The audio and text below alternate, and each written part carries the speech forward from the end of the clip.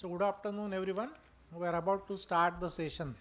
There are few priorities, so there may be little bit change in the sequence. Each video will be of 8 minutes and little bit couple of questions if needed by the panel here. And because there is quite many more presenters, no much more time will be left for discussion. Hope everybody will enjoy this session. The assessment is in 4 parts.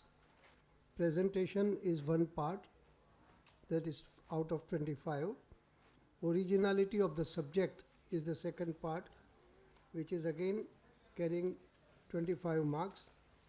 Scientific contents is the third part, and the fourth is the recording, cinematography.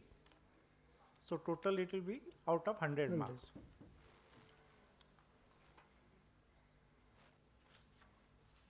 All presenters are ratified members, so everybody will be given the marks. However, the speaker has to be, the first author has to be present. So it is almost 3:35, madam. You can be ready over there. The first presenter is Dr. Anita Venugopal.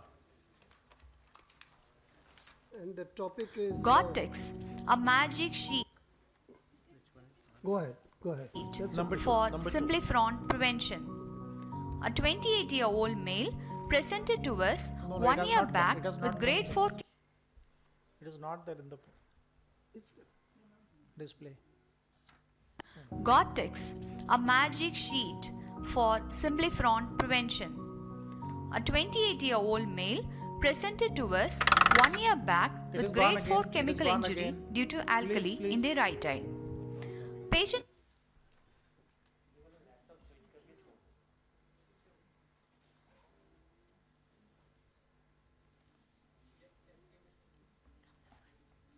And restart the timer. Please start. You have to reset the timer. Yeah. Reset the timer. That's okay, it's only 07. Yeah, now you can start.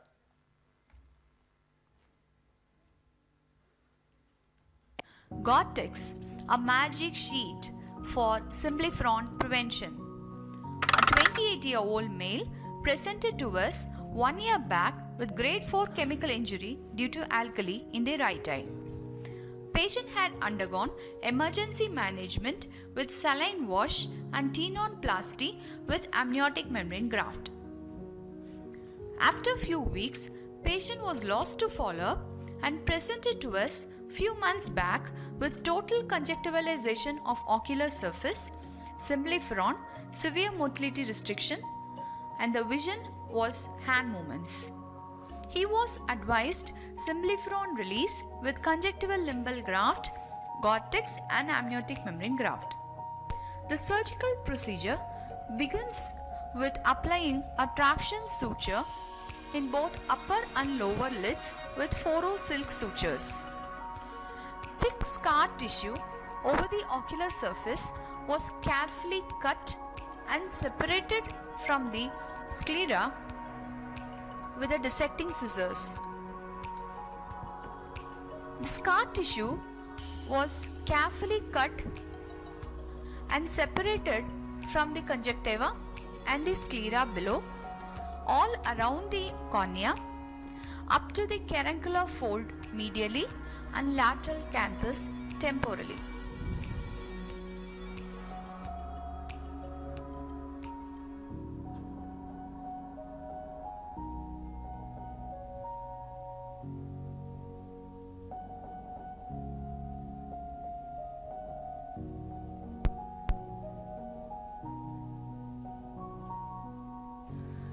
Scar tissue over the cornea was also cut and removed. Underlying corneal surface appears clear with a clear lens and the anterior segment appears normal. Amniotic membrane graft is placed all over the base sclera and the cornea and sutured with stenovicular sutures to the episcleral.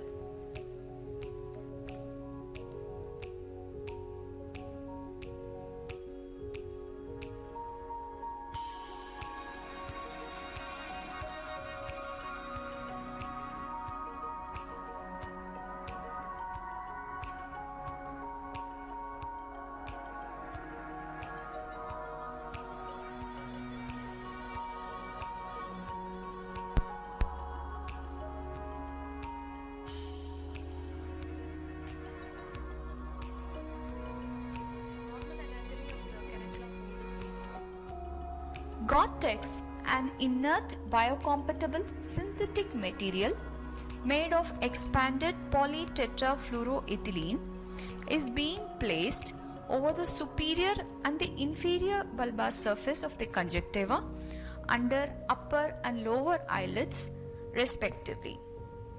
They are sutured over the episclera with 10-0 nylon sutures. Gore-Tex, when placed after surgery, prevents the adhesion of two raw surfaces by acting as mechanical barrier. When it is left in the ocular surface for 3 to 4 weeks after the surgery, it reduces the exaggeration of fibroplasia and angiogenesis that occurs during proliferation and angiogenic phases of conjunctival wound healing. To promote epithelialization, conjunctival limbal graft was prepared from the fellow eye of the patient and also from the mother as a donor and placed over the nasal and the temporal limbus with glue.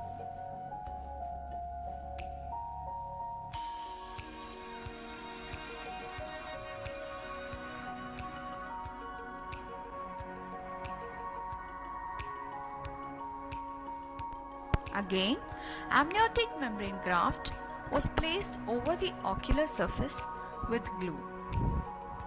Post-operatively, antibiotic steroid eye drops along with lubricants was given. Antibiotic steroid drops were tapered over a period of 3 months and oral steroids for 1 month. Gore-Tex was removed in operation theatre after 6 weeks.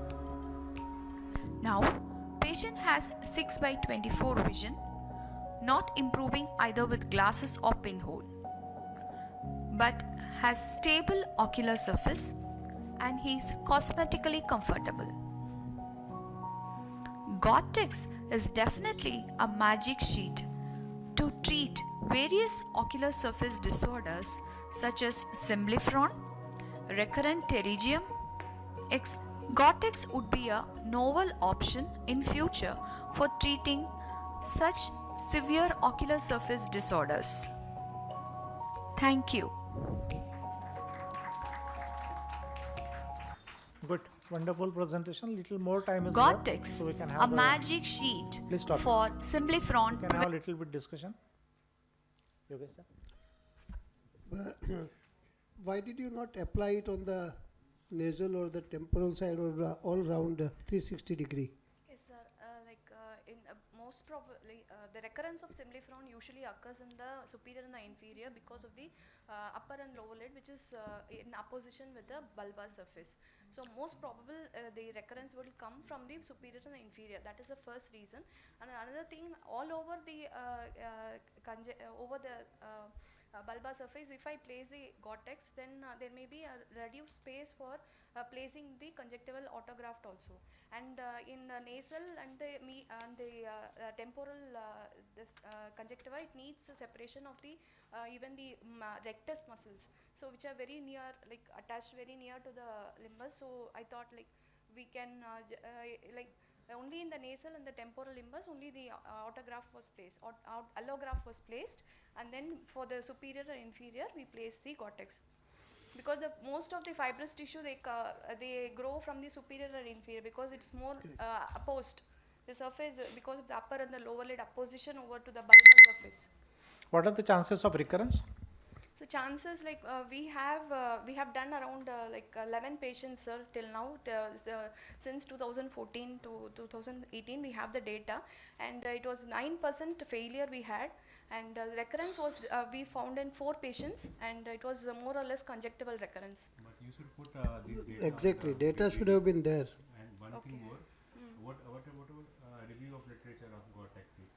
Sir, it is since 1989 it is there, sir. Sir, for cornea it has been used for, it has replaced the cornea itself, like in previous papers. It is for perforation, sealing the perforation, and for recurrent pterygiums also. Thank you. Thank Thank you, you so much.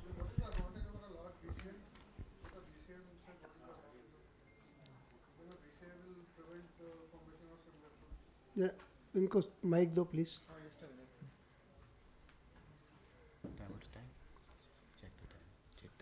Morning choir. I think we should end it. Yes, sir. Take the but, mic, madam. Yes, I can understand. Like it's an inert material and it resists infection also. So and the inflammation, everything is reduced. With PCL, there may be chances for infection, and then with the eye drops also, like there is no deposition over the Gore-Tex we found. Thank you. Thank you so much. Now the next presenter of the judges, it is on the second page, second number. That is Dr. K.S. Kumar.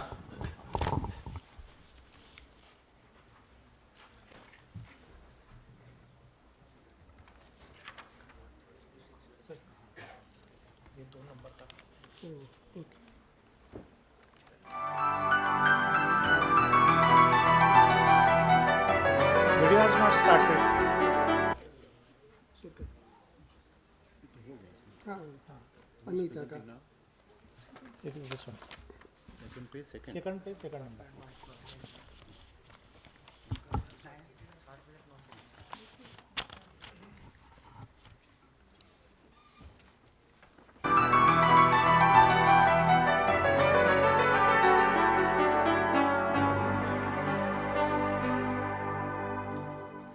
Intumescent cataracts have for long remained a thorny issue and pose significant challenges to even the most well-trained and skilled ophthalmic surgeon. It continues to thumb its nose at even the most skilled and experienced ophthalmic surgeon. The problem basically originates from high intralenticular volume and pressure caused by the liquefied cortex and a relatively large nucleus. A long list of described techniques in managing these intumescent cataracts is ample proof of the yet elusive panacea for this condition. The capsule in an intumescent cataract is thin, taut, fragile, and errant, and many times may show focal thickenings. The biggest challenge remains runout of the rexus, producing the dreaded Argentinian flag sign.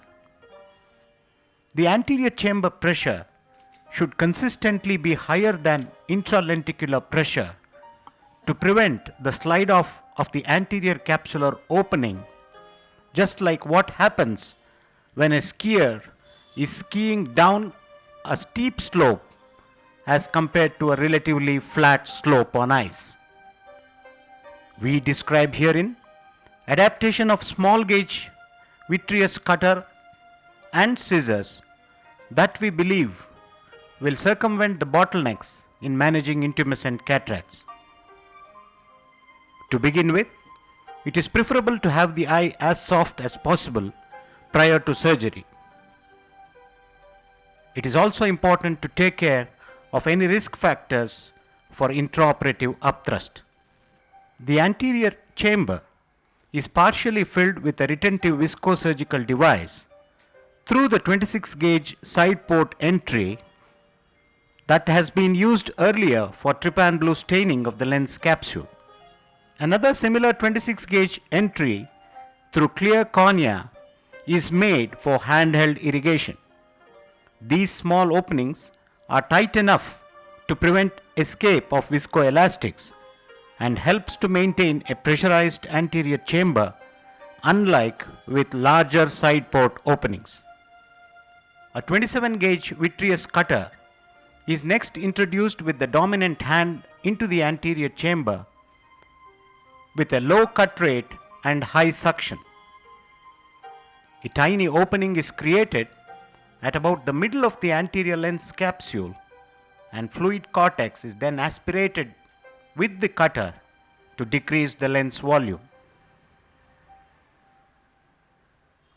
The cutter is withdrawn with infusion on, and the anterior chamber is replenished with additional viscoelastics to maintain the anterior chamber volume. Let us look at this crucial step of making the small opening in the anterior lens capsule in a few cases.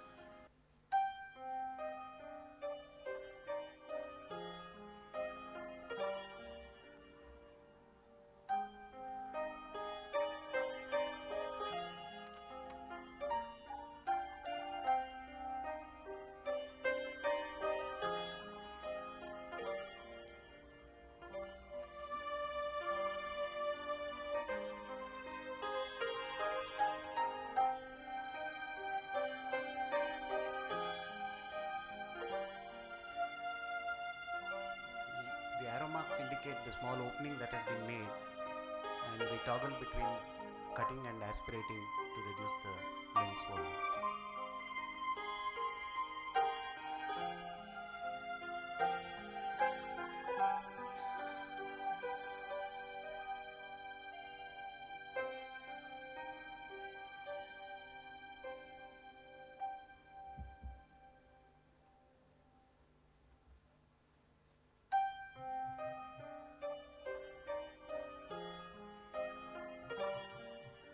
Just trying to illustrate that with several cases.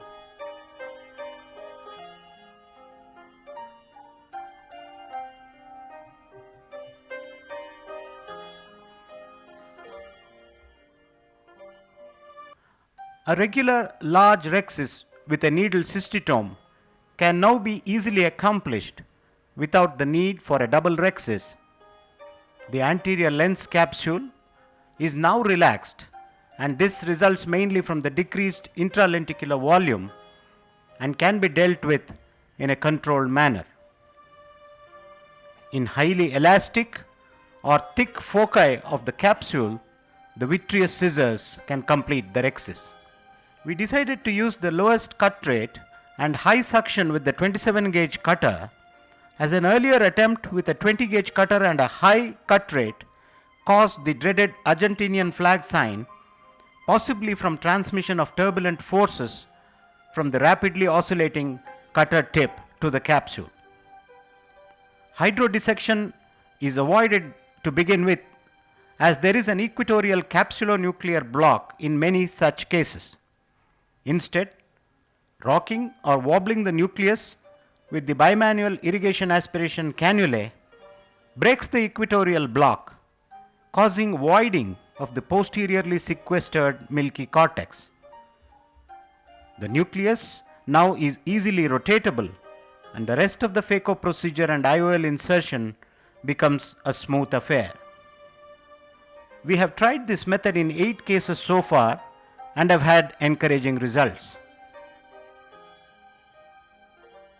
While we are acutely aware that one swallow doesn't make a summer, we are also optimistic that with future validation, this technique may indeed not prove to be a false dawn and may have bearded the petulant intumescent cataract in its den, and we surgeons may soon have the last laugh. Thank you very much for your kind attention. Thank you. How is it different from the two-stage capsule? Gore-Tex, a magic sheet for Simplifron prevention. Can you stop the previous? Yeah, yeah. We are able to achieve debulking of the volume of the cataract by quickly toggling between cutting, making a small opening with the cutter, and then aspirating out the liquid cortex or even the epinucleus with the cutter itself.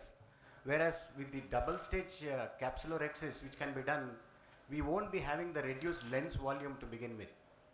No, but you can just it can be called as 3-stage mini rhexis, then aspirate the fluid, then do the large rhexis. Yes, I think Needle aspiration is extremely uncontrolled, because the moment you introduce the needle, it can spread just like I showed in the high cut rate vitrectomy. It can spread in any direction. Whereas with the cutter, if you do a tip down circular opening in the center, it is more controlled. It gives a typically round opening in the center. Initially, the first incision matters, and what we have just Yeah. seen in your videos, you have left that cut for many seconds. So in like intumescent cataract, initial thing with needle is that just you give the puncture, evert the flap, and as soon as make the I agree with you, sir. But that initial cut can run off in very different directions. So when you make a small opening, it's almost like a punch with the cutter in the center. Different technique has tried. I agree with you, but because the moment you do the cutter, slow cutter it and start the sucking, it so it cuts and sucks as well, and hence the internal pressure decreases, and then you have little time to do the irrigation and then suck and all that. So the first Step is very, very important. critical. Yeah, I think it's a known technology which is tried in a different way. I'm not going on that, but there are 2 points which I noticed. Number one, I understand that you must have used a heavy viscoelastic Helon or some such. Yes, sir. Because it should have been mentioned. Yes. What? You just said viscoelastic. No, I'm retentive viscoelastic was Okay, all right. And second, would it help you in case if you stain the capsule first and then inject viscoelastic and proceed? Because quite often the staining becomes very, very faint and it becomes difficult to manage because there is no red reflex in such cases. Yeah, that was how it was done, sir. We first stained the capsule and then only put the visco. No, your video, if you rerun, you have already injected the viscoelastic and then put the stain. No, because some of the no. That was a problem of editing. That was a problem of the You editing. should have taken care of the editing. Okay. Thank you so much. See, another additional step that he has used is that he was pushing in fluid through the side port. Probably That was a that is an drop additional by step. drop irrigation, so as not to prevent escape of the even the retentive visco. That is the advantage of needle capsule top instead of the Rexis. So that is a good idea. Next presenter is Dr. Karan Bhatia from the first page, second last for the pages. Dr. Karan Bhatia, first page, second last.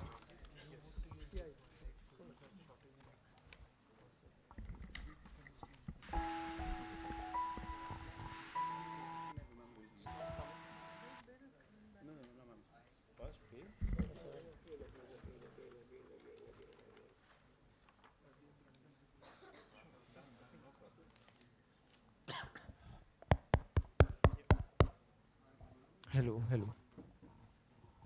So anyone who has requested us? Nobody? No, otherwise we'll take in the sequence. Huh? Okay. Start.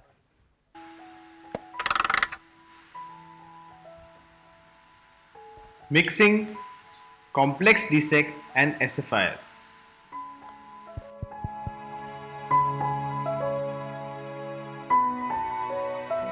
So a complex or a challenging dissect could be the result of an intraoperative complication or due to the challenging situation of the eye itself.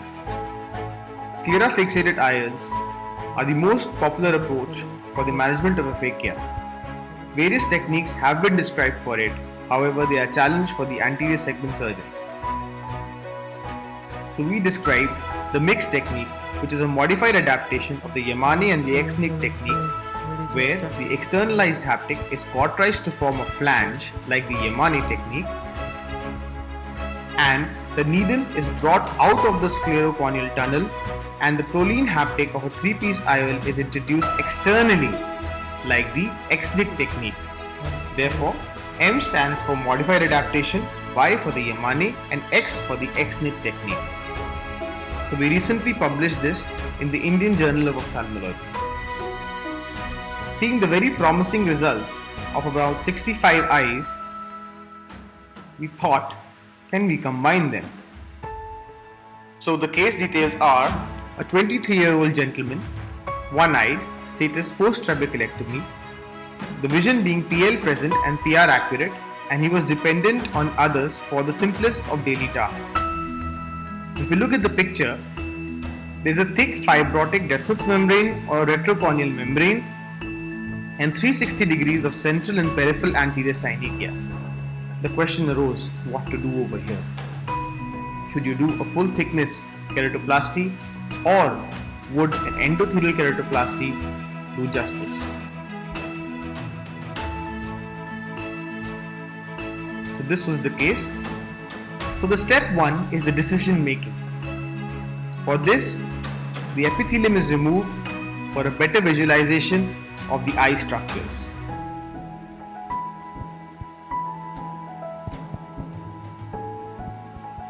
Step 2 was anterior chamber reconstruction.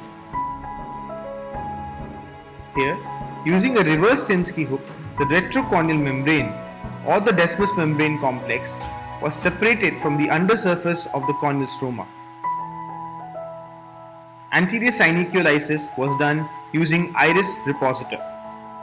You can see using this repositor only, the retrocorneal membrane was stripped. One has to be very patient over here as you can see the anterior adhesions of the iris. Membranectomy was done then using a micro scissors from various ports that were made. It is sometimes very difficult to peel these completely, so therefore cutting with the scissors really helps. This membrane or the DM complex was then removed. You can see how thick it is. After this, you can see the visualization of the anterior chamber better, and you can see peripheral anterior synechia that were there. There were multiple iris tags. They need to be cut with a vitrectomy cutter, otherwise they will create problems for the survival of the graft. The next step was the sclera fixated IOL implantation. A clear corneal incision was made which was enlarged to about 5.2. An AC maintainer was put, and approximately 2 millimeters away from the limbus, an angled transconjunctival sclerotomy was done using a 26 gauge needle, and this needle was brought out of the corneal incision that was made. The leading proline haptic was inserted in the needle lumen, and this IOL optic complex was directed into the anterior chamber. The needle haptic complex was brought out of the sclerotomy site. The PVC stopper was applied to prevent slippage of the haptic, and similarly 2 mm away on the other side, the needle was taken into the eye and then brought out of the corneal incision, and the trailing proline haptic was then introduced into its lumen. This needle haptic complex was again brought out of the sclerotomy site. The next step was the titration, and you can see that the IOL was very well centered. So the haptic was then trimmed to about 1 millimeters or slightly more, and a flange was created using a low cost heat cautery, and this flange was buried intrasclerally. The PVC stopper on the other side was removed. Again the haptic was trimmed, and a flange was created using the heat cautery. This was also buried intrasclerally. You can see the IOL was very well centered. Now the next step was the Descemet stripping endothelial keratoplasty.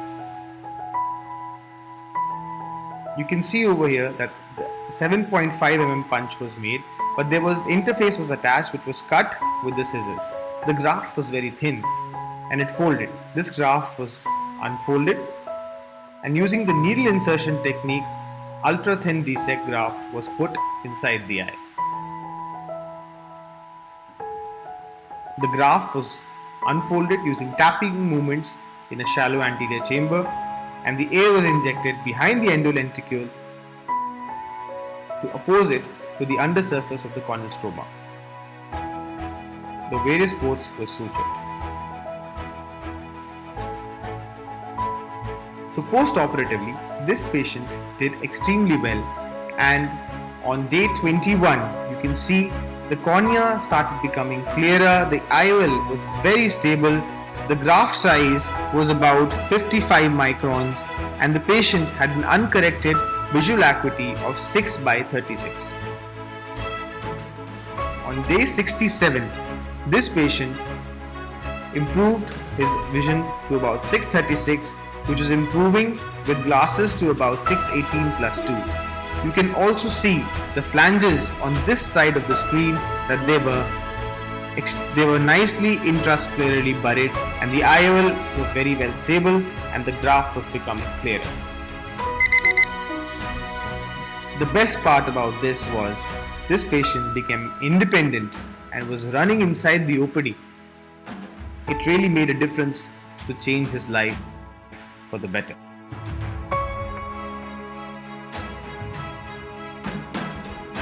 So Dr. Karan, I think it was wonderful presentation. Any questions from the dais?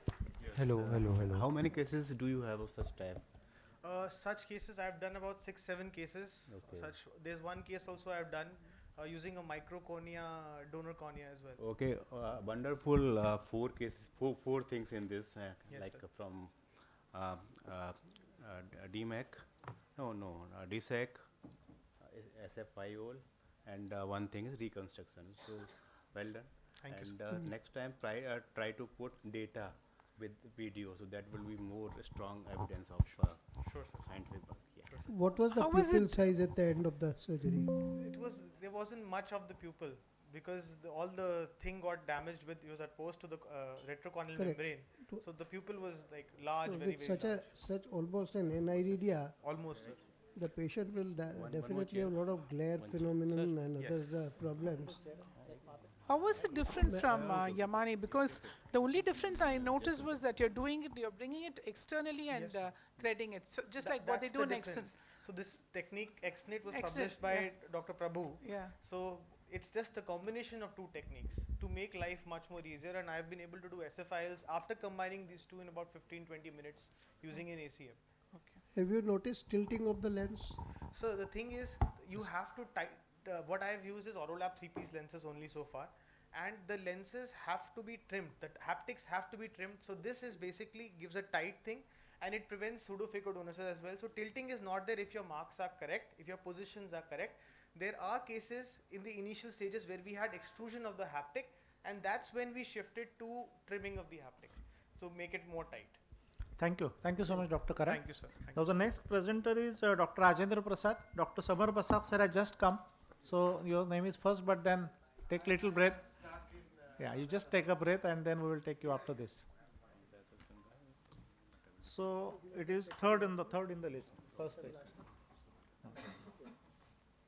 Third in the list, front page.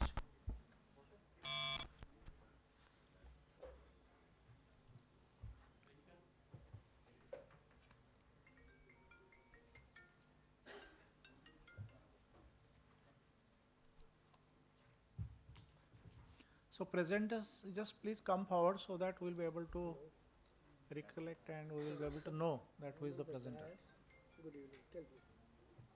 You are also there. Come that side. Yeah. एक ही है front row में हाँ ठीक है ठीक है. Welcome to RPA Institute and Research Center, New Delhi. In this film, we aim to demonstrate an efficient new technique, saving needle microcapsulotomy, to avoid Argentinian flag sign during capsulorhexis in patients with intermittent pearly white mature cataracts. The authors have no financial interest in the subject matter of this film. Argentinian flag sign is a well-known complication during capsulorhexis in intermittent white cataracts, which typically arises instantly after an initial prick with a sharp hypodermic needle on a stretched out tense anterior capsule. Till date, it was believed that the raised interlenticular pressure along with forward thrust of the nucleus is solely responsible for propagation of the initial prick into a radial capsular tear. To counter this, several techniques, including the small needle aspiration technique, had been described to decompress the back, but peripheral extension of the capsular tear has still been very frequently seen instantly after pricking the capsule with hypodermic needle even before the aspiration of the liquid cortex is initiated. It means there had to be some other factors responsible which assist the raised interlenticular pressure to propagate the spreading of capsule after the initial prick. On extensive clinical evaluation, we came to know that in reality it's not only the raised interlenticular or forward thrust of the nucleus which causes the extension of the tear. There is one more important video is factor not running, which I is think. mainly responsible for the extension of the tear is the configuration of the initial prick created on the anterior capsule.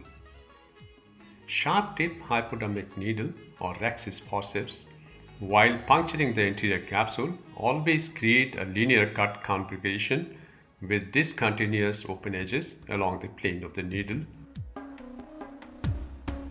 Since these forms of cataracts have liquefied hyperhydrated swollen lenticular material with an increased interlenticular pressure, relatively makes the anterior capsule tense and stretched out.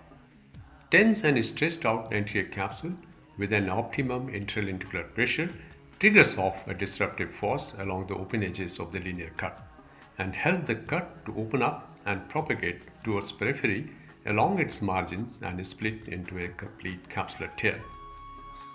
The disruptive vector forces always act along the axis of the linear cut. That is why the tear always extends radially along the open margins of the cut, but never perpendicular to the linear cut. This confirms that it is the linear cut configuration with open edges which has the potential to spontaneously open up and extend to the periphery. Henceforth, we came up with a hypothesis that if we were able to manually create an opening in the anterior capsule which had a round regular configuration like a capsulotomy in true sense, instead of a linear cut, we may provide resistance against disruptive forces, thus preventing Argentinian flag sign. Round hole microcapsulotomy with round continuous circular edge without any discontinuity do not tear away with the sudden outburst of interlenticular fluid and disruptive force generated by the high interlenticular pressure.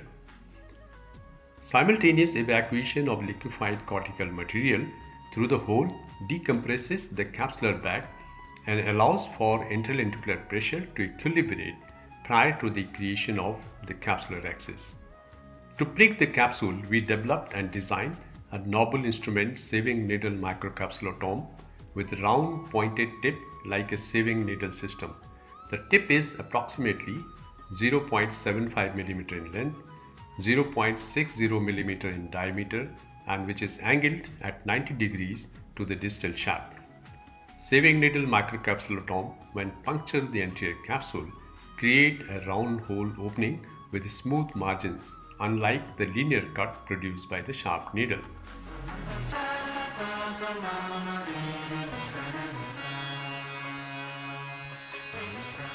In most of the cases, single microcapsulotomy is sufficient to decompress the bag, but in some cases, multiple microcapsulotomies are required to evacuate the multiple fluid pockets in the lens.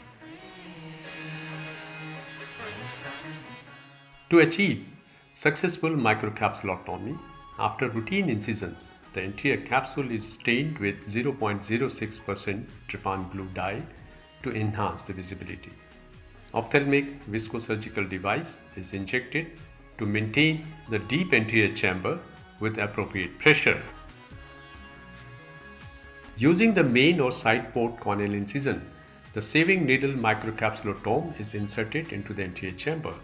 Tip of the needle is placed vertically over the center of the anterior capsule.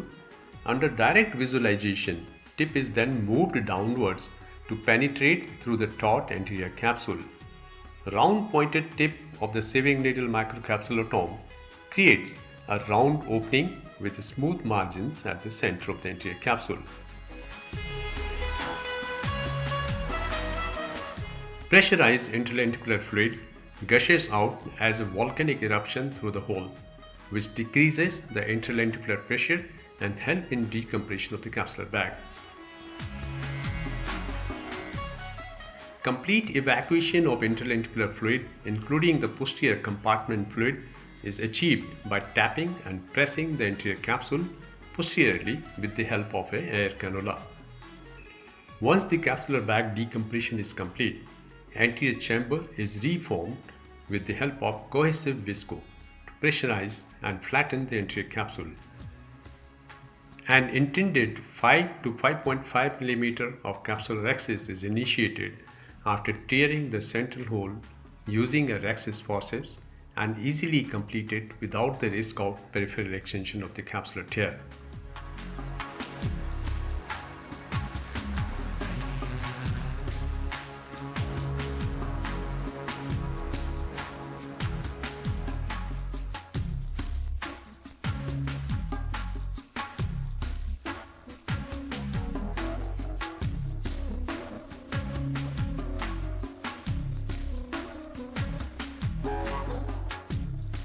To conclude, saving needle microcapsulotomy with circular round hole puncture of the anterior capsule along with pressure decompression is the simplest of techniques which enables us to successfully prevent Argentinian flag sign with very little effort and much easier surgical maneuvers.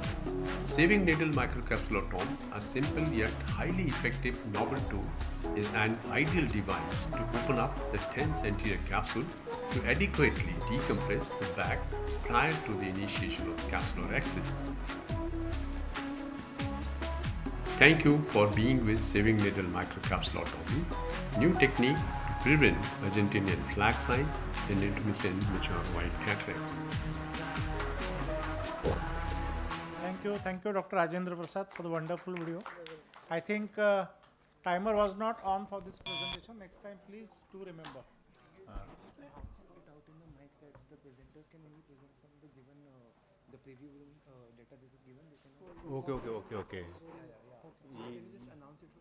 Okay. Okay. Person laptop is not allowed.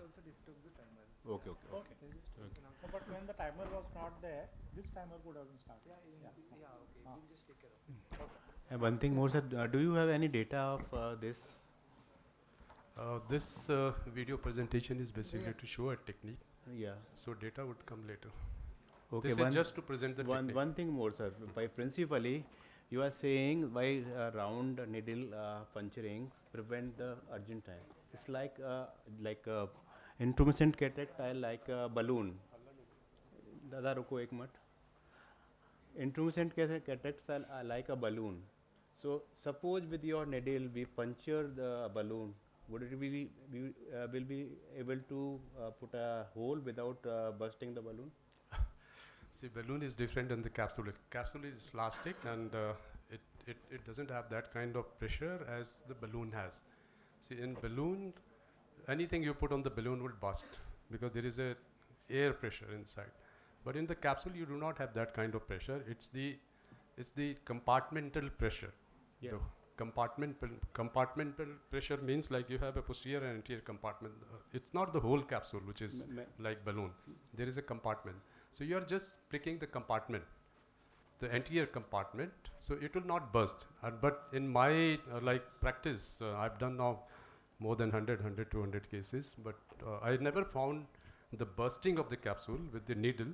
But yes, definitely, because the important point with the needle is you have to have a round and very sharp tip. If you try to prick the capsule with a little blunt tip, then there would be a problem. It has to be sharp to penetrate the capsule. If you have a sharp tip, then you can make a hole very easily. So we are talking about typical intumescent cataract. Typical. Yeah, in that case, lakes of fluid are at the periphery, not in the center. Yeah. So that time initial prick matters most of time. Yeah, that's right. That's why. No, actually, what happens because if you are using. Example will not stand because there is also outside. It's only the atmospheric pressure. Yeah, But here, What if here you there is it's within the chamber. if you puncture a balloon with something like with needle with some hot material, then will sustain. That's the point. See, sir, balloon and capsule is absolutely different. There are two matters. Absolutely two matter. You cannot compare the balloon with the I capsule. think after seeing that, in any the situation, technology was balloon is definitely- balloon, it was capsule is appreciable, capsule. and you have tried it in a nice way. Definitely others will also try. That was a wonderful try. Thank you so much. So the next presenter is Dr. Samar Kumar Basar. First presenter on the first page. Yeah. Dr. Basar, sir, please. And the timer you will be adjusting from your laptop only. Okay. No issue. But initially, all the videos should be submitted there. Yeah, submitted. Submitted? Okay. Only it was the issue of timer. The COVID-19 pandemic has affected all areas of medicine, including eye banking. Stricter donor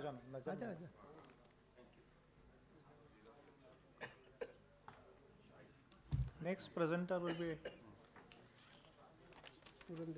Dr. Purendra Basim. Yeah, please, sir. The COVID-19 pandemic has affected all areas of medicine, including eye banking. Stricter donor selection criteria have reduced the overall donor pool by 40 to 70% in different eye banks globally, including our own. However, the demand for keratoplasty remains the same. So we need to be wiser so that we can double the utilization rate. Most practically, using the same donor tissues for DMEC and DALC. Here we describe a novel BCL interface technique of donor preparation in DMEC so that the anterior part can be used for DALC. We have no financial interest in this video.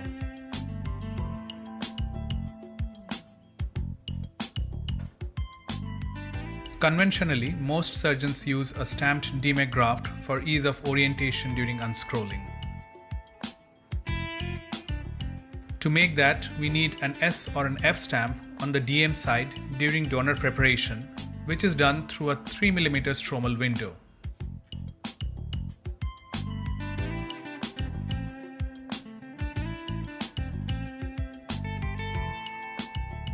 And naturally, after the window is made, the anterior part of the tissue cannot be used for DALC or other surgeries. In the novel technique using BCL interface, we modify some of these steps. The tissue is first placed on a Teflon block with the endothelial side up, and a 9.5 mm partial trephination is done. It is then stained with trypan blue to identify the cut margins. The peripheral DM beyond the trephination is then stripped off. The DM endothelial edge is carefully identified and loosened all 360 degrees with an elevator instrument.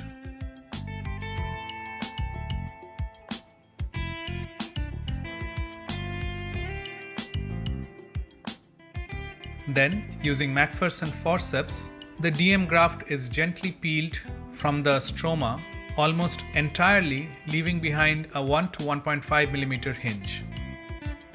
We then move to a second Teflon block where a BCL is placed and refined to 12 mm. Trimming it down to size helps in better air trapping. A 3 mm central or slightly eccentric punch of the BCL is done. The trimmed BCL with central window is again stained with trypan blue for easier identification. This is then placed onto the stripped part of the donor corneal stroma.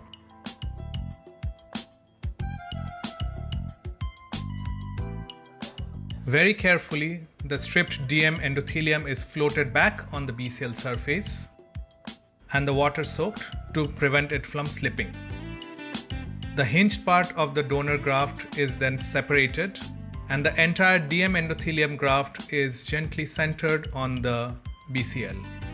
The interface fluid is soaked so that the graft sticks to the BCL due to surface tension. Now the BCL supported tissue is flipped over and air is trapped so that it doesn't collapse. The exposed descemex is dried carefully through the 3 mm window, and the S stamp is placed as usual. The BCL and DM complex is flipped back. It is then placed on the second Teflon block with the endothelium side up. And now the final 8 mm trephination is done.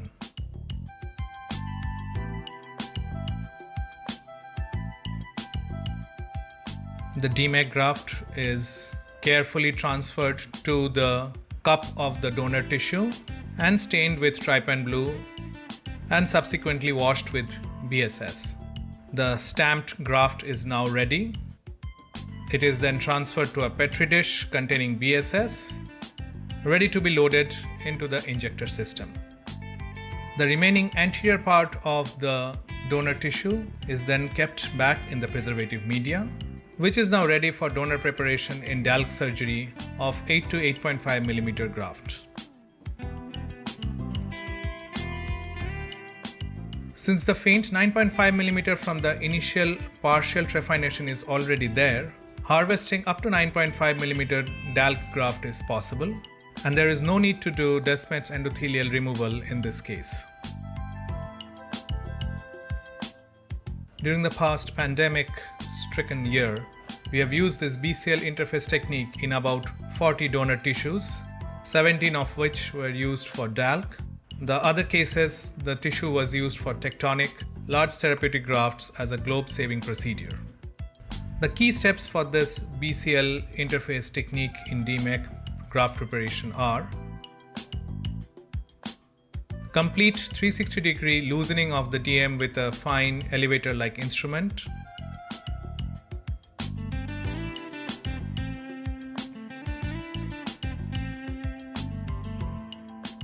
peeling of the DM endothelium complex up to 90 to 95%, which is more than what is done conventionally,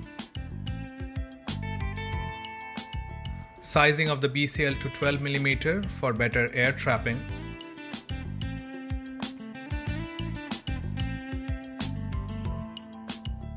Central punching of BCL with a 3 mm trephine.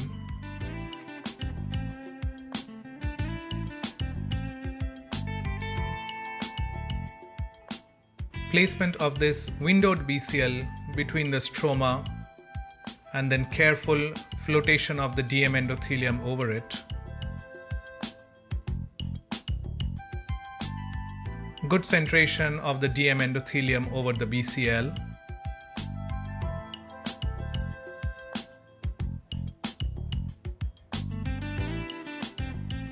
Soak the interface fluid, flip the BCL supported tissue, dry the DM surface and give the S-stamp.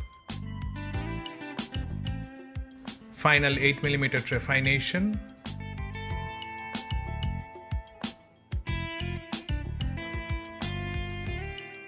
Which is then transferred to the anterior stromal donor tissue cup.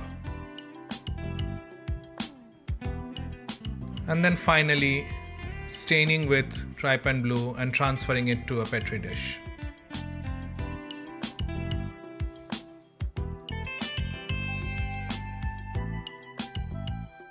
Apart from DALC, the remaining tissue can be used for tectonic grafts, large therapeutic keratoplasty, or even as a carrier for a Boston type 1 keratoprosthesis.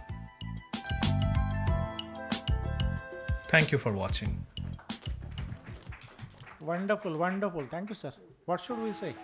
It should be the presentation. It's not only the surgical skills, but how to Mixing the video and how to present it. I think for the new presenters, this is the great example. One thing more, sir, this is your original technique, or is there any technique in the past of BFBCL? No, I have just, it is just what is called And it is the necessity first is the presentation, mother of invention. So we have depth of tissue. So I was thinking how, so I first Agree. use the normal BCL. Normal BCL actually it doesn't trap the air. So I resize with 11, 12 and tried. Then it said that okay, 12 is fine. Every time I could trap, air trap, and I have to mark with Yes, S to or mark. any Okay, sir. asymmetrical Fine. mark. Okay. So my point is this a first presentation, or you have publication before this? No, no, we have just published just maybe 2-3 months back in Okay, wonderful. Cornea Journal. Yeah. Cornea Journal as a new technique, new Okay. innovative technique. Fine, It's sir. just 2-3 months back. Anybody? Yeah. Yeah, of course. You want to say something? Lovely, sir. Masterpiece. Good presentation, Samar. Thank you. So much. Thank you. Thank you so much, sir. Wonderful presentation. Now the next presenter is Dr. Purendra Bhasin. Dr. Bhasin, sir, please. It is the last page, last presenter. No, first page last. No, last page, last presenter. No, first Sorry, page sorry, last. sorry. First page last. Page last.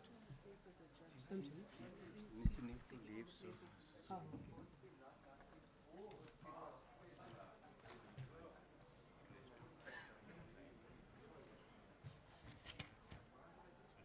So first page, last presenter. Dr. We Purendra here Bhasin. present a video. Yes, sir. You can start.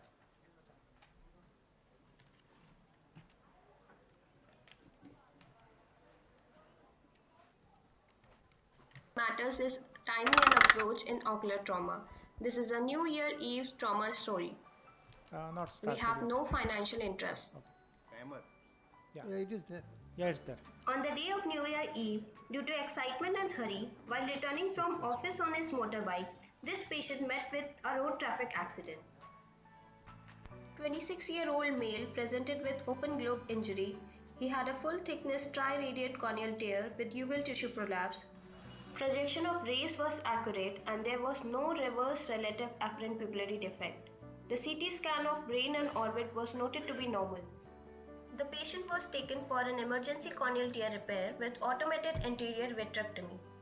Intraoperatively, the lens was found to be spontaneously excluded.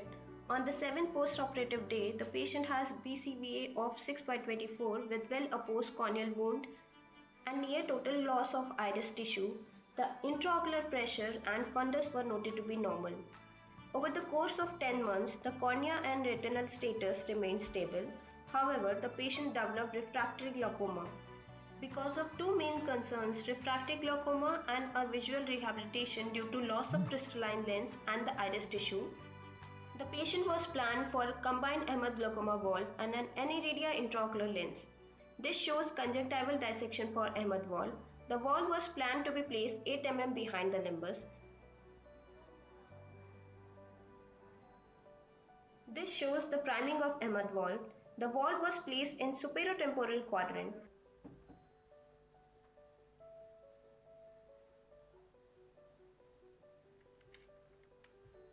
The tube was cut to an approximate size and was tucked under the conjunctiva. An aniridia intraocular lens was planned via superior tunnel of 9.5 mm. Due to the paucity of the surgical space, we modified our surgical technique to a single inferior scleral pocket. Superior IOL haptic was tied to the section itself with a 9-0 Prolene suture. We used the anterior chamber maintainer. No viscoelastic was used. We used limited anterior vitrectomy and the stump of the iris was also removed. Prolene suture is pulled out of anterior chamber and cut. The two cut ends are fixed to the eyelets of the IOL haptic. The aniridia IOL is bulky and has an optic size of 9.5 mm with a central visual optic of 5.95 mm. The lens is now placed inside. The section was closed with 10-0 nylon suture. The Prolene sutures were secured to the scleral pocket.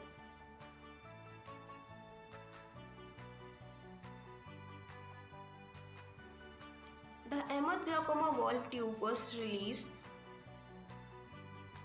The valve was reprimed and the tube was placed in the anterior chamber. The corneal patch graft was used to cover the tube and was secured by 8-0 nylon suture. At the end, the conjunctiva was closed by 8-0 vicryl suture and the anterior chambers was reformed.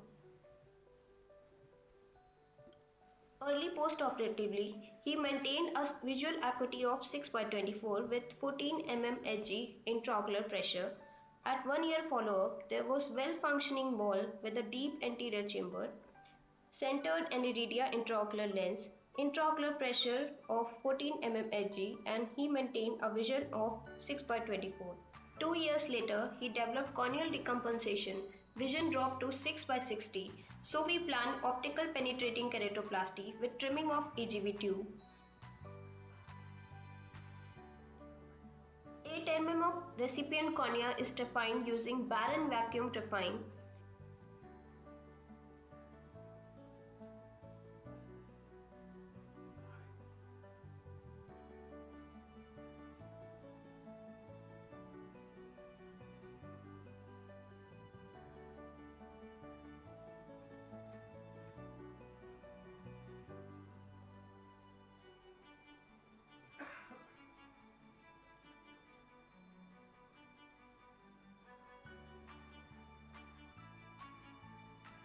OVD is injected and AGV tube is trimmed to prevent it from touching the donor cornea.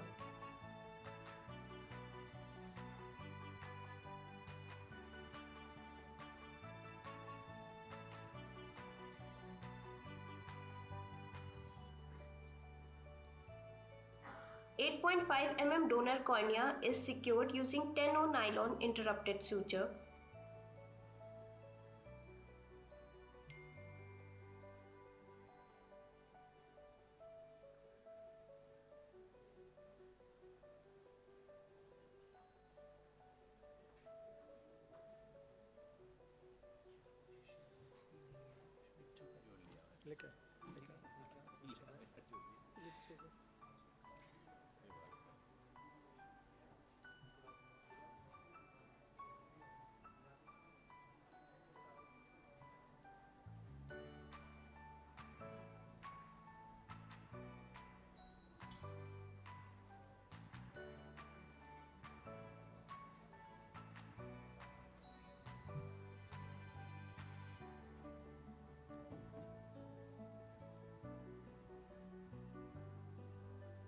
OVD is washed and AC is reformed.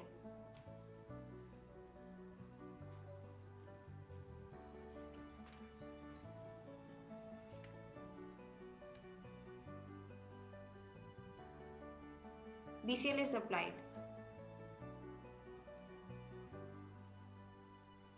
2 years post-operatively, he maintained a vision of 6/9.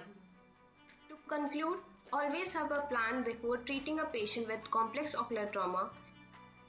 Any intervention should be dictated by what is best for the eye, not what is possible by the attending ophthalmologist. Wait till the appropriate time of intervention. Be ready for intraoperative surprises. Anticipate problems that may occur and have a backup plan. Thank you. Very well presented, sir. Wonderful. Have a plan before treating a patient with complex ocular. Any comments by fellow colleagues? Dr. Basin, did you talk about the vitrectomy? Yeah, we did it right in the beginning when the repair was done primary. And during the aniridia lens also we have shown that before doing a scleral fixated aniridia lens, we did anterior vitrectomy and the stump of iris was also removed. And how did you ensure that the glaucoma valve is in put for such a long time? It has not been blocked by the vitreous, some tag of vitreous, clogging the tube. Vitreous is not there in the anterior chamber, that we have made sure. Okay. And that was not there. Before doing the AGV, all the anterior vitrectomy was done. That is the key of all this. I think for the successful AGV and 1 year later until the end, the blab in the region of the glaucoma valve is persistent and visible. That also we have shown. Very nice, very nice. Thank you. Thank you, sir. Thank you so much. Thank you, sir. Now, Dr. Rakesh Shakya, are you ready? And other presenters, just raise your hands. Are you there? 1, 2, 3, 4.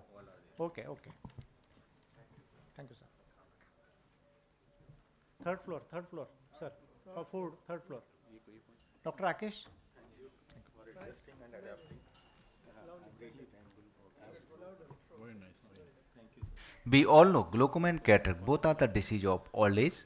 Many patients. First on the second page. First on the second page, Dr. Rakesh Shakya.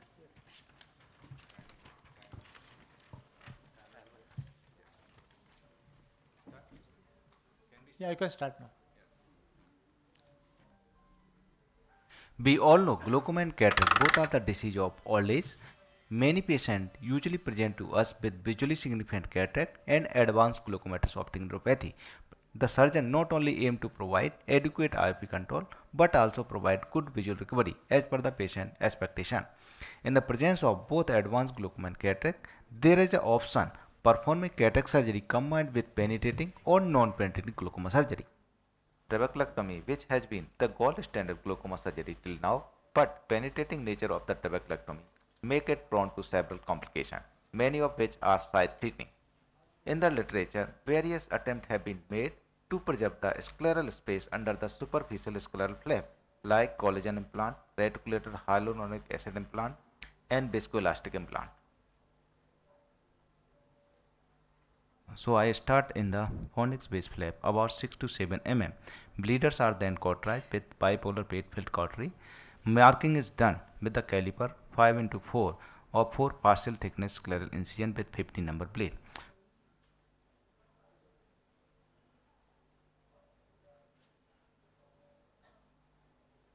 So technically a rectangle 5x4 mm superficial scleral flap is fashioned using crescent blade and dissected forward until the corneal periphery reached. This raised flap is dissected 1 mm into clear cornea. The flap is hinged.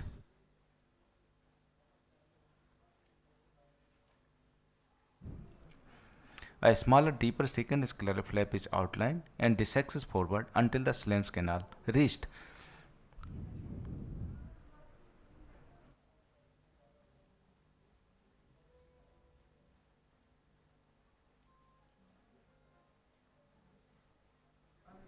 Then I shifted temporarily to clear corneal phacoemulsification, so AC entered with the 2.8 keratome. After staining of the anti-lens capsule, capsule access is done with the help of Utrata forceps, followed by the hydrodissection, and then phacoemulsification by the stop and chop technique, and PCL implantation is done after cortical aspiration. Then pilocarpine is used to construction of the pupil and hydrostitch done. Then I shifted superior side. and after that deeper scleral flap is dissected forward until the Schlemm's canal is open. Identification and opening of Schlemm's canal is the secret of success of NPDS. So here we can see aqueous percolation. Beyond this stage, tabular meshwork will be identified and percolation of the aqueous humor will begin. At this stage of the procedure, aqueous humor was seen to percolate through the remaining thin trabeculodesmate membrane. Peeling of the Schlemm's canal enhanced the further percolation. The deeper scleral flap then excised.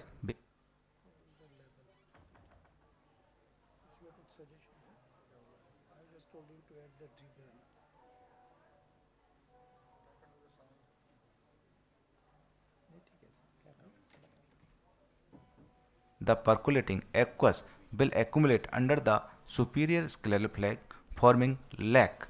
This is called decompression space. Afterward, aqueous will flow into the subconjunctival space and forming the bleb through the cut end of the Schlemm's canal, occasionally through the supraciliary space.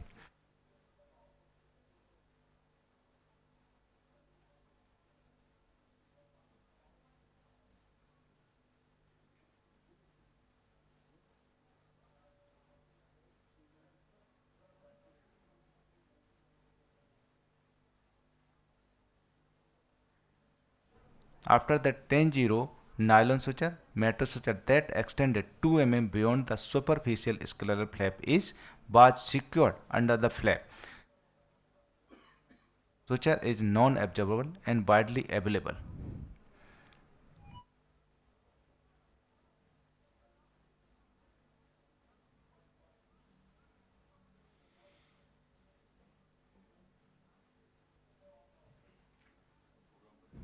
After that, superficial scleral flap was reposited over the metro suture and secured with the 10-0 nylon suture with without releasable suture, and knot should be buried. And conjunctiva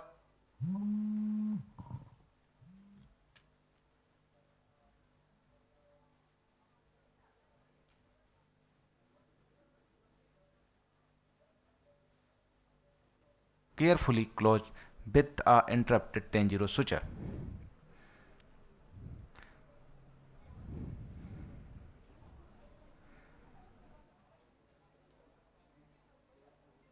So we can say that this is the simple economical step enhance the efficacy of the deep sclerectomy in lowering the elevated IP by adding the subflap matter 10-0 nylon suture after excision of the deep scleral flap. The surgical technique is excellent in achieving the additional and adequate IOP control in this patient without use of long-term AGM, along with visual recovery as per the meet with their expectation. Thank you.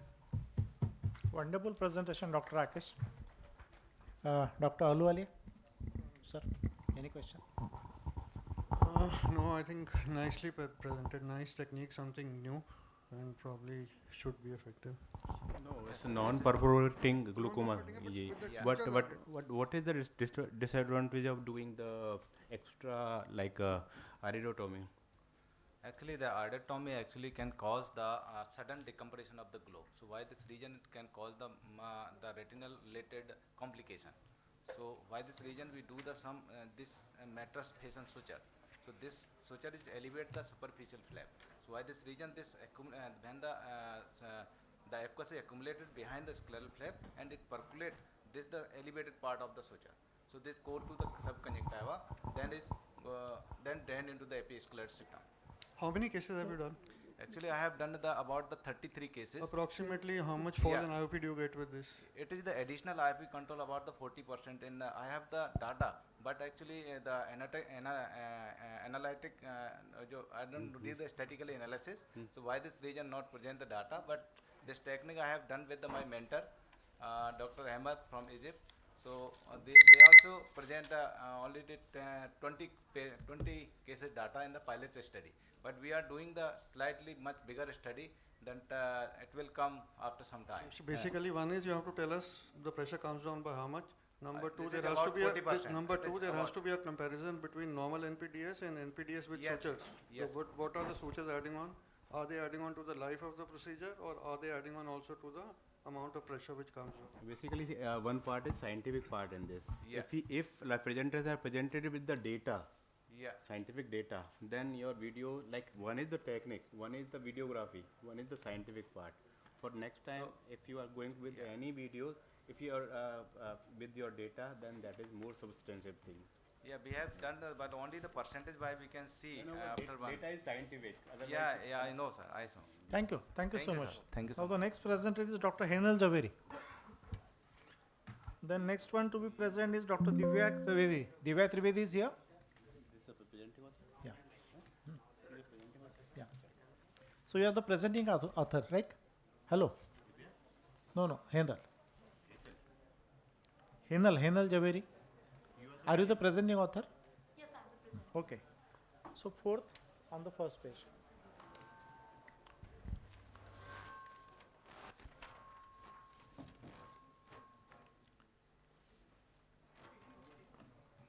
Management of delayed orbital fractures with medial canthal dystopia and canalicular injury.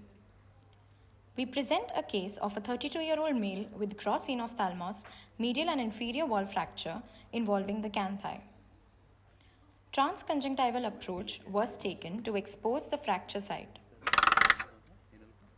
Yeah, fourth one, first page.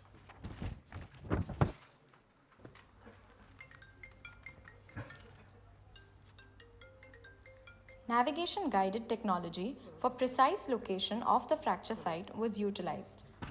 No, I'm still on the dais. A Medpore titanium Medpore mesh was placed and fixed with screws. Sorry, say it again.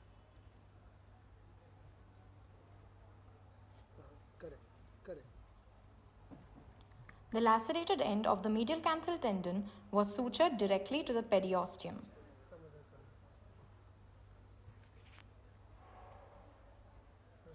Yes. Dream run and the date. Date 6th, 3rd of... Intraoperatively and postoperatively, adequate correction was achieved. We present another case with enophthalmos and left orbital floor fracture. 3D reconstruction was done preoperatively for precise location and implant customization. In view of the entire lacrimal drainage system involvement due to extensive fibrosis, we decided to perform a conjunctivorhinostomy.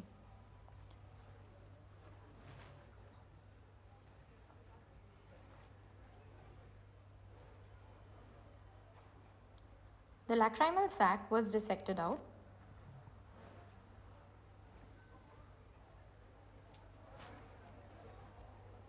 An osteotomy to access the nasal mucosa was done and a labial mucosal graft was harvested from the lower lip.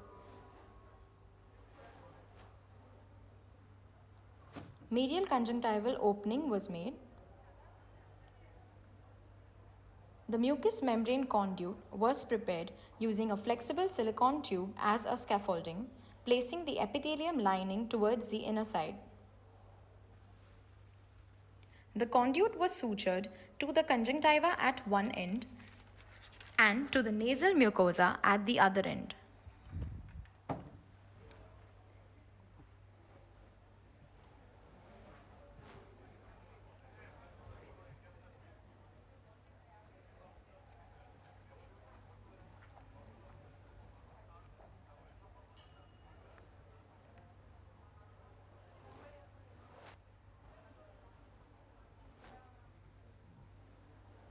Transconjunctival approach was used to expose the floor fracture.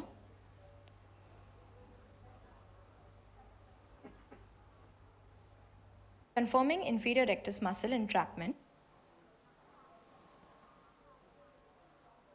and the muscle was disengaged. The defect was measured. A double-layered Medpore implant was placed over the defect. To shift the medial canthus medially and correct canthal dystopia, the lacerated remnant of the medial canthal tendon was sutured onto a customized fragment of the titanium mesh.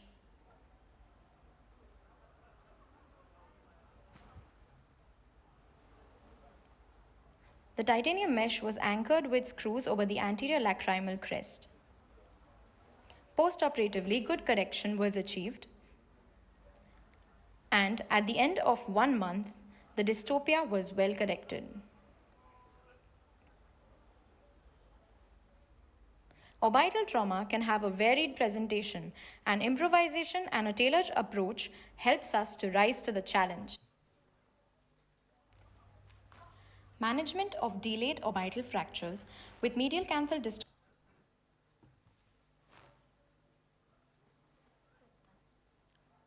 Complete? Okay, okay. I think nice presentation, very nicely tackled surgical procedure. Comments from my fellow colleagues? Could some suction would help you in better visualization during the surgery, because there used to be practically covered area with the blood, which wasn't making the visibility very clear. Yes, sir, we'll ensure that is done. And one thing, artificial, this canal, you have made the artificial tunnel, what, like with buccal mucosa, what you made that artificial caniculi? Yes, sir, that so was is it prepared. functional? Yes, sir, it was functional at 1 month post-op. Okay. Fluorescein dye disappearance test was done. And how many cases you have done earlier with this technique? Sir, there have been at least about 15 cases have been done before and published actually. Okay, because the orbital fracture is the very common thing people are doing this, but this reconstruction of the canal is very important. Yes, so sir. if you present with that data, that would be more useful and okay. like for the conjunctival dechocystitis. Any comparison with the Lester-Jones tube and this? Yes, sir. So basically, while we haven't carried out a comparison, other studies have reported that Lester-Jones tube, since it is an artificial material, the tear passage through the tube depends on the material and the surface tension. This is getting integrated. So yes, this is getting integrated and has lesser chances of infection. Your technique or is it published somewhere? No, this was, I'm the presenting author, but this was the technique that was made at our institute. This was. Thank you. Now the next presenter is Dr. Divya. Is she here? Okay. After Dr. Divya, Dr. Girik. Dr. Girik is also present. Then Dr. Abhinav and Dr. Bhupesh. So everyone is there. Okay. So the sequence I told would be followed. So Dr. Divya Trivedi. Fifth from above, first page. Yeah. Dr. Divya? This is next, just next. Yeah, Divya Trivedi. And she was Hemal Javeri. She was Hemal Javeri. Yeah.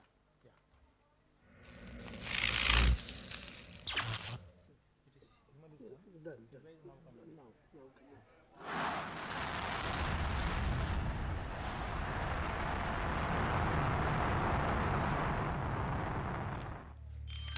A 33-year-old lady with recurrent corneal erosion syndrome.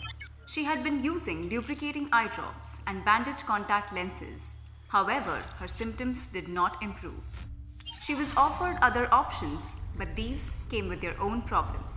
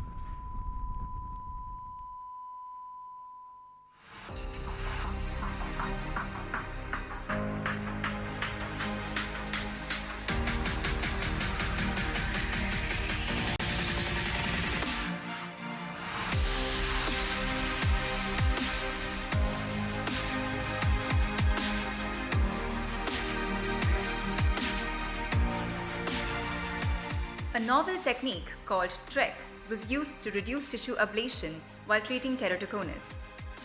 The area and depth of ablation were localized, and a topography-guided phototherapeutic keratectomy was done over the area of thinnest pachymetry. The resultant topographies were stable with minimal ablation of tissue. Can we apply this concept to our case here? Yes. The depth of the lesion was measured using an anterior segment OCT. This was then fed into the PTK cam module of the Schwind Ameris platform. The vertical and horizontal dimensions of the lesion were measured. The axis of the ablation profile was tilted using this software, enabling us to customize the ablation according to the dimensions of the lesion. After compensating for cyclotorsion, a customized phototherapeutic keratectomy was performed.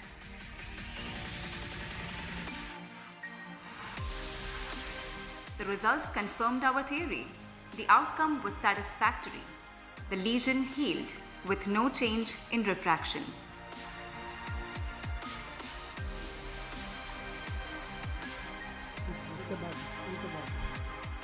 Customizing phototherapeutic keratectomy for recurrent corneal erosions.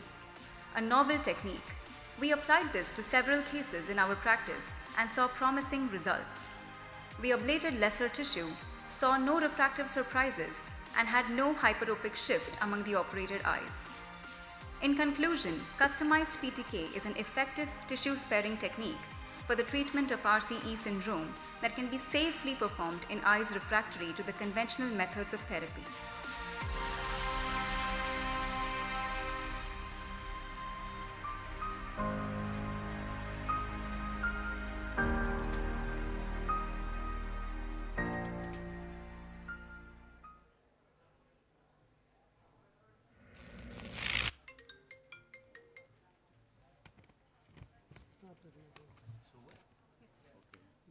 Okay.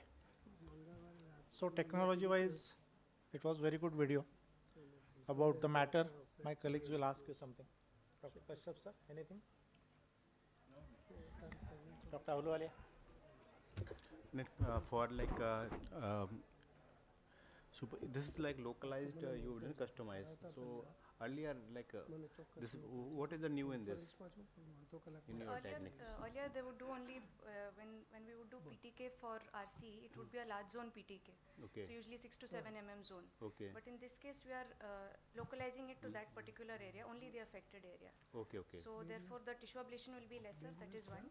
And secondly, when we're doing a large zone ablation, that causes a hyperopic shift. So we're avoiding that also in this case. That's okay, but this is your like machine has capability of doing this, or you have customized the machines making like. We enter the data into the machine. You enter the data. Yes. Okay. The machines have ability to do Yes, sir. We measure the dimensions on No, the. that's okay, but the machine have a ability to do this.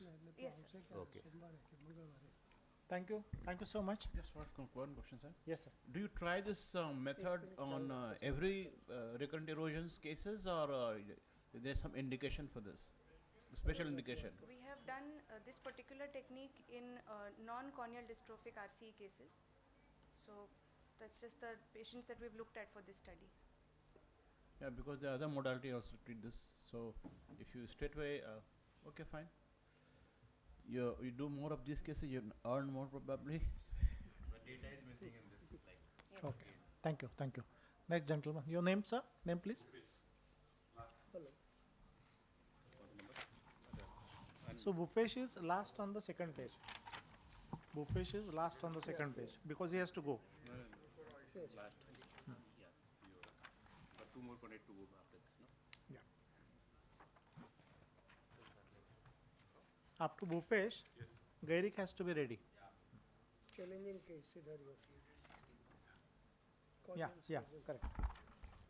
Good afternoon, respected members. None of the authors have any financial disclosures to make. Let's start this video with this intraoperative picture. Any thought about what surgery has been done for this patient and probably what could have gone wrong? This was a case of advanced keratoconus and the patient was scheduled for deep anterior lamellar keratoplasty. After trephination, stromal tissue was removed by lamellar dissection with crescent blade.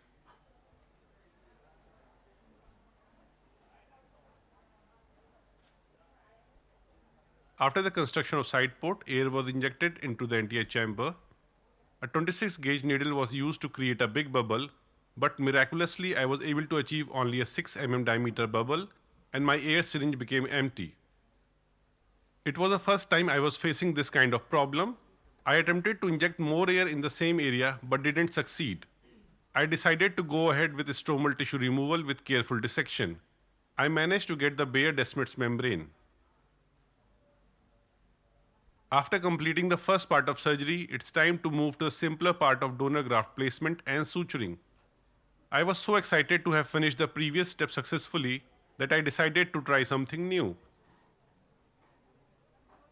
In place of removing the donor's tissue Descemet's membrane by peeling, I tried pneumatic dissection of Descemet's membrane from the corneal stroma, and this is what happened. The entire donor tissue swelled up because air went into the stroma and the stroma became opaque. Now the simpler step of suturing becomes the most challenging step. The donor tissue was almost double the thickness of the recipient's. The donor host tissue apposition was very difficult.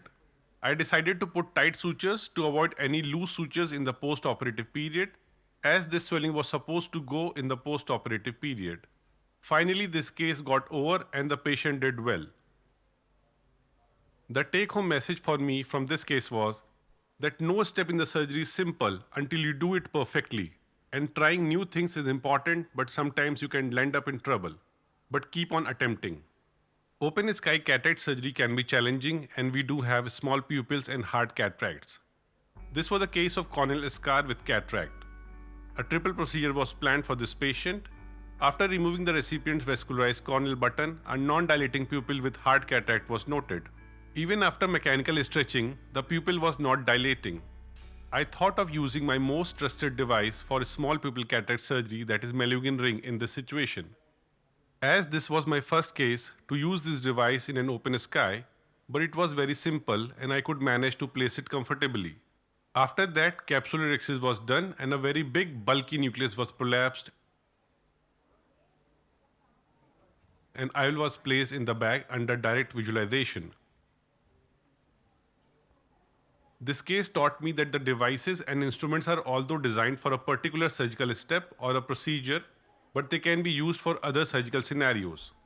All you have to do is to think out of the box. This was a simple but interesting case of intact migration and localized infiltration. The challenge was to remove this ring segment. We have been taught how to place intacts without causing damage to the surrounding corneal tissue, but removing it was a new challenge. A very simple and easily available instrument in our surgical tray, that is Sinskey hook with a longer tip, was used. It was engaged in the dialing hole and the segment was pulled in the opposite direction and along the plane of opposite intact segment.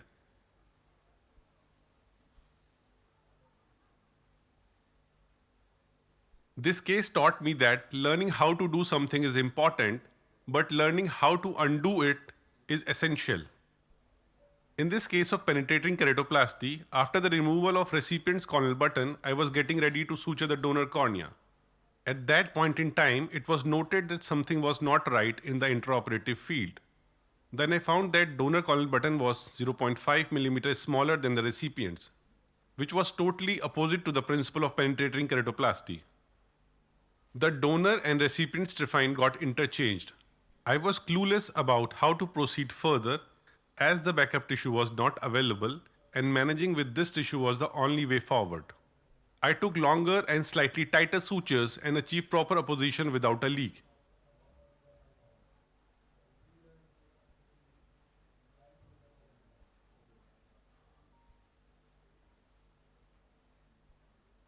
In the end, the donor graft was well attached. This case taught a very important thing, that to avoid surprises and confusion in the operation theatre, responsibility of checking everything during surgery is yours and not your OT assistant's. Trust your eyes more than your ears.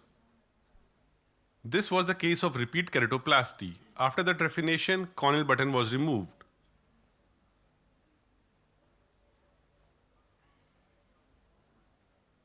Absorbed lens matter was lying loose. I removed it and then turned to pick the donor corneal button and sutures. In those few seconds, I noticed that whole intraocular content was bulging.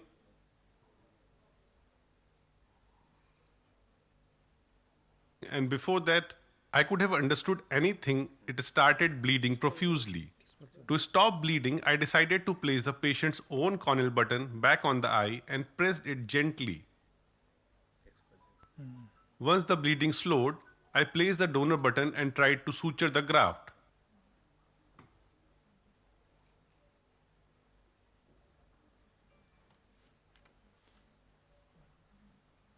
Intraocular pressure was very high, so intraoperative mannitol was given, but still 10-0 nylon sutures were breaking and the intraocular content was protruding out. So I decided to use 2-0 silk sutures to close this wound. I managed to avoid the complete expulsion of intraocular contents. This case was an eye-opener for me, that anything can happen in an open sky surgery and you should be ready to tackle it. Such challenging surgical situations can be encountered by any of us. The key is to manage them calmly and scientifically, and always remember that sometimes you win, sometimes you lose, but every time you learn. Thank you. Thank you, sir. I think the series of surgeries was very good. After looking at your first surgery, I had few questions in my mind. None of the authors have any financial disclosures to make. Don't start the video. Let's start this video with this intraoperative picture.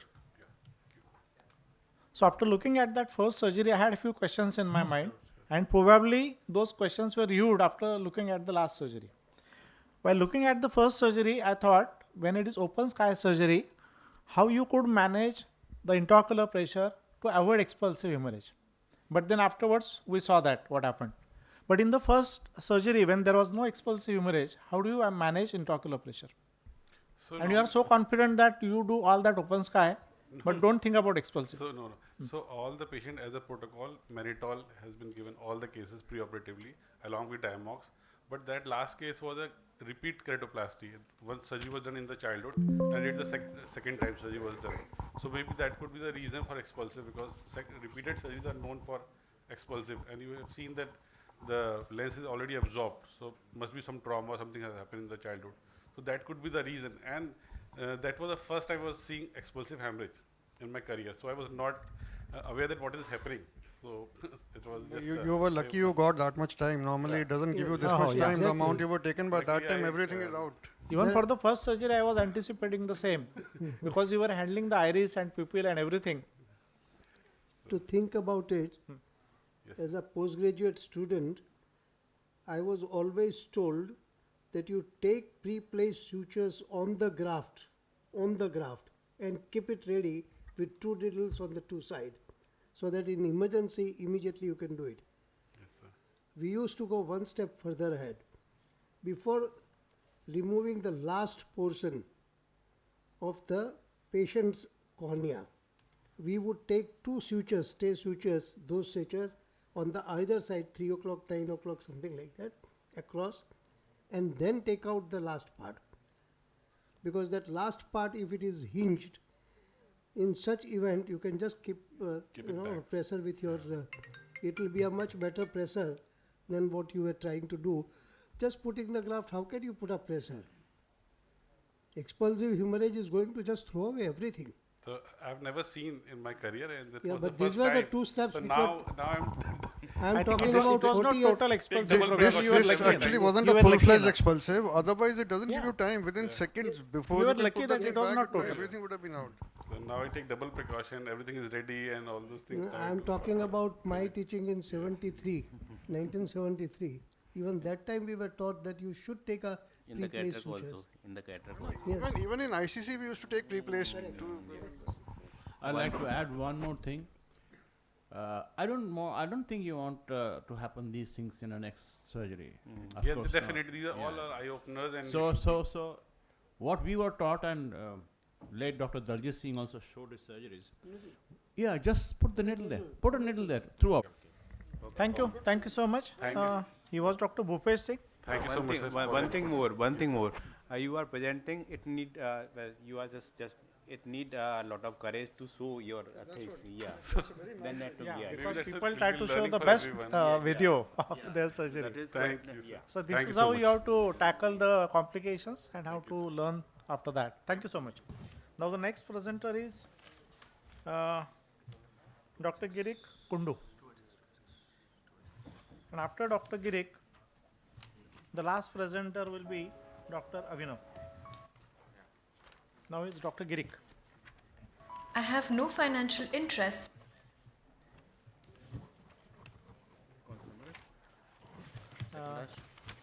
No. Girik is First page. 1, 2, 3, 4, 5, 6th. 6th. That is only 6th. ये last one. Why do refractive surgeons avoid photorefractive keratectomy? Owing to the postoperative epithelial defect, almost all patients report significant pain, and an unhappy patient is never a good sight for any doctor. Extensive research into modes of analgesia after PRK has not yielded great outcomes. Our previous study, which involved the use of ketorolac soaked bandage contact lenses, showed some promising results, and the postoperative pain scores dropped significantly. We wondered if we could bring the pain down even further. History is inundated with instances of cold being used as a therapeutic agent, right from Napoleon's army to William Osler's body cooling regimen, and even the modern era of cryogenic surgery.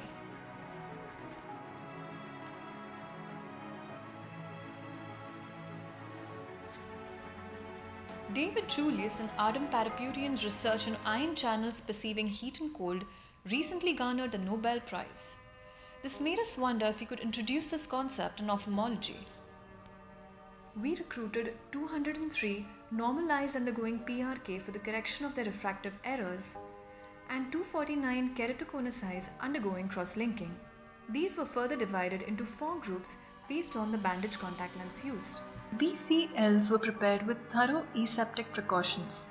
The conventional with ketorolac and cold with ketorolac groups were prepared by injecting 0.2 ml of ketorolac tromethamine 0.4% and allowed to soak for 20 minutes, whereas the cold temperature was maintained by overnight storage at 4 degrees Celsius. Our hypothesis was correct. The Wong-Baker scores on the first postoperative day showed significantly low scores in the cold and cold plus ketorolac groups as compared to the room temperature groups.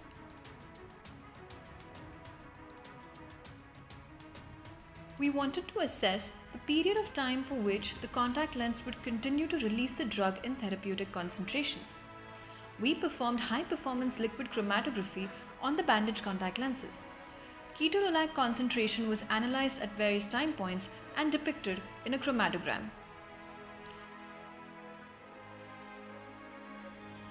It was found to reach its peak in 1 hour and maintain the same level for the 6 hours tested. We also performed an experiment to ensure that the sterility of the BCLs was maintained after injection of ketorolac. Swabs were taken from the alcohol-cleaned and uncleaned surfaces of the BCL blister packs. No growth was seen on the cleaned surfaces. We wondered next, what is it that drives this pain in some sets of patients? And does the use of cold temperature make any difference at the molecular level?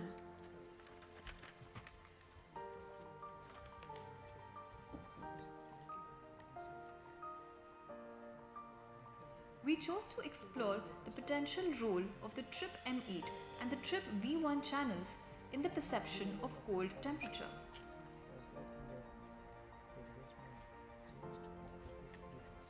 The CGRP, a neuropeptide implicated in several pain pathways.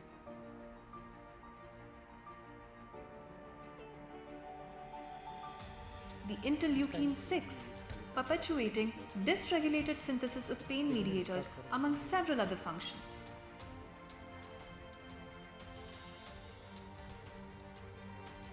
And the cyclooxygenase 2 enzyme, an important derivative of the arachidonic acid pathway.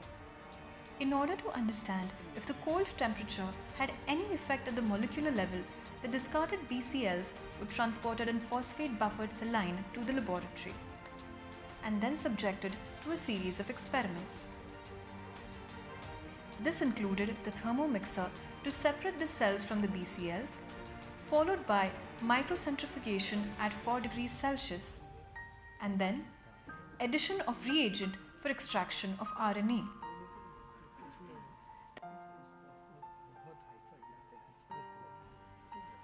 The converted cDNA was loaded into plates, and qPCR was performed for the analysis of gene expression. We then discovered patients with high pain scores showed high levels of TRP expression, high levels of expression of calcitonin gene-related peptide, and also high expression of inflammation-related genes.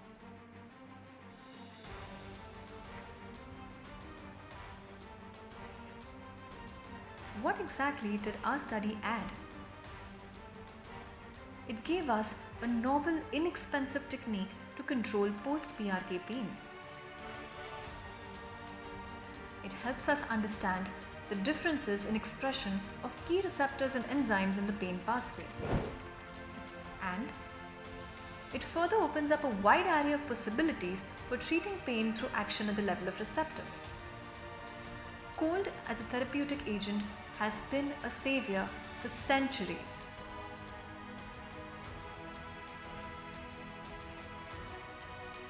But are we ready to be rescued again?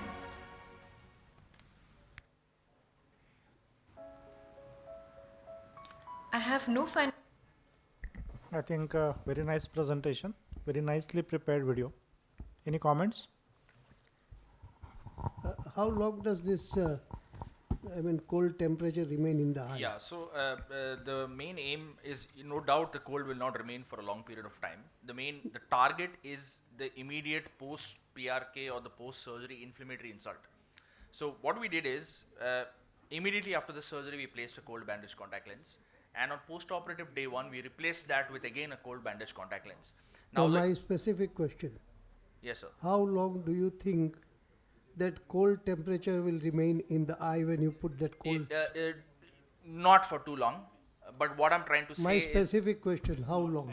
1 minute, 1 hour, 1 day, or 1 second? So the thing is, I need to have done an investigation to look at how long the temperature lasts. Yeah. Right? So since I have not done that, I won't be able to tell you the exact time duration as to how long the temperature lasts. And the temperature which it was cooled to was 4 degrees. By the time it comes back to room temperature, which is 25, 26, it will take a set amount of time, which is dependent on a lot of factors. Would a drop of paracaine have effect during that period? More effective than even your contact lens? No, so paracaine would be a transient effect. So this is also transient. No, so what am I your trying to say? Temperature is not going to remain for longer time. Cryotherapy and cold bandage contact lens I'm not saying that paracaine works at a different pathway. The temperature, by reduction of the temperature, I'm trying to dampen the immediate inflammatory insult. And what we've also shown is that there's an upregulation of certain cold activated gated ion channels such as the transient receptor potential M8. So that receptor is specifically activated when there is a cold temperature, and it is an analgesic.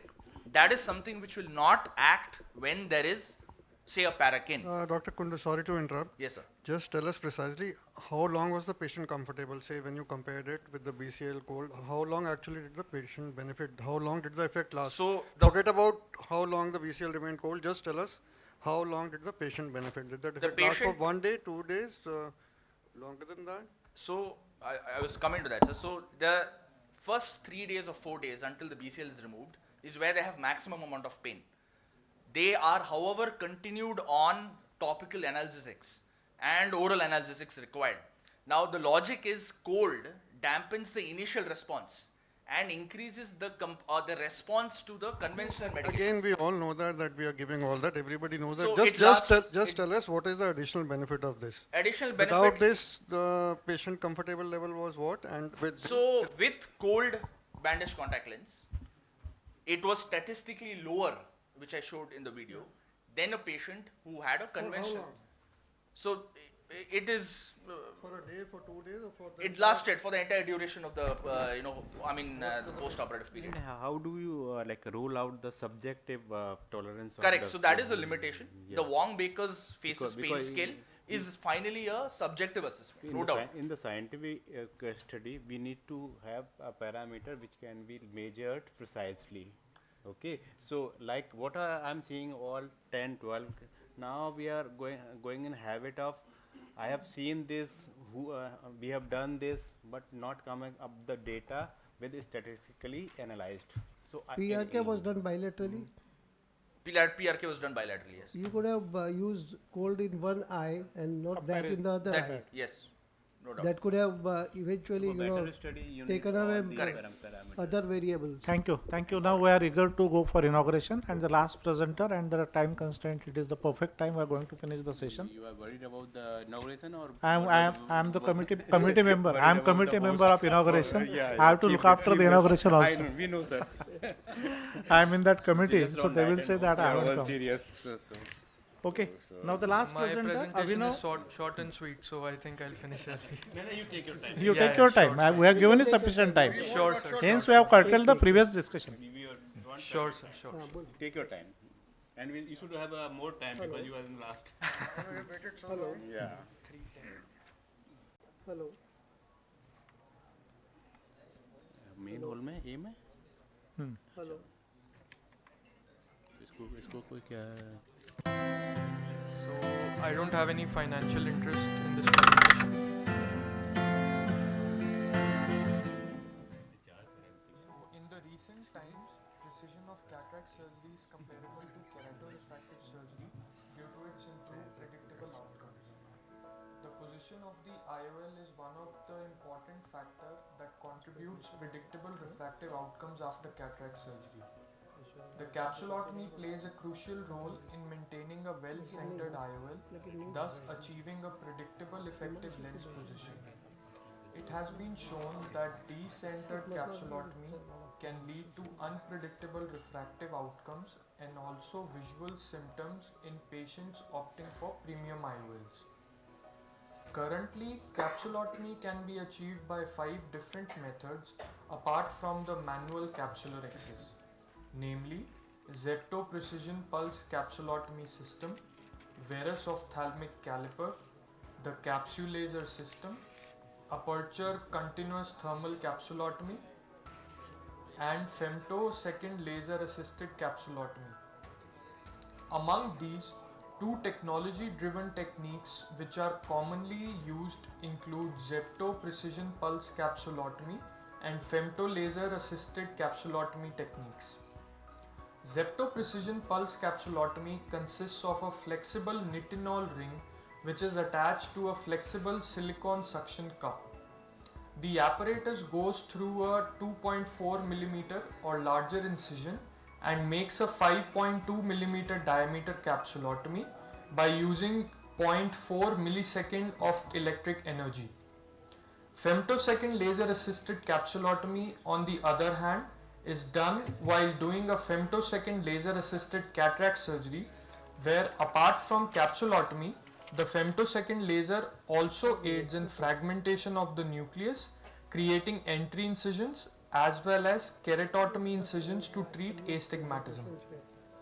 The Zepto capsulotomy system is particularly useful in intumescent cataracts, as in this case where the intralenticular pressure is high and extension of rexes is almost imminent.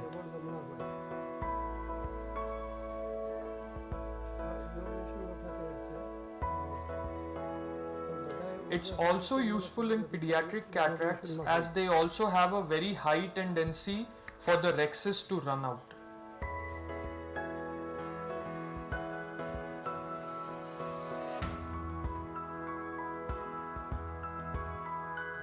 Another use is in small pupil cases where otherwise a blind rexis would be required and we will not be able to see when that rexis might extend. It's also useful in routine cases where a perfectly circular and central rexis is required. As compared to the femtolaser platform, the advantages of zeptocapsulotomy are the small size, the portable nature of the device, no need for shifting of the patient from one machine to the other workstation, a stronger rhexis margin and hence less prone to tearing, the ability to center the rhexis on the first Purkinje image and hence on the corneal center, and the ability to work in small pupils. There are few practical issues with the zeptocapsulotomy systems, like sometimes the vacuum cup fails to detach from the nucleus. In such a case, a second instrument has to be insinuated between the vacuum cup and the nucleus in order to completely release the vacuum. Another issue is of pupil constriction in some cases where pupil is not very well dilated, as while removing the nitinol ring out of the eye, the vacuum cup tends to touch the pupillary margin, hence causing pupillary constriction. The femtocataract system wins over the zeptocapsulotomy system in terms of rhexis centration, as it comprises both the pupil centric as well as the scanned capsule mode, in which the machine scans the whole bag and makes a rhexis central to the bag, which is crucial for premium IOLs. But in view of the overall cost, more advantages, less logistical issues, can Zepto become the new Femto?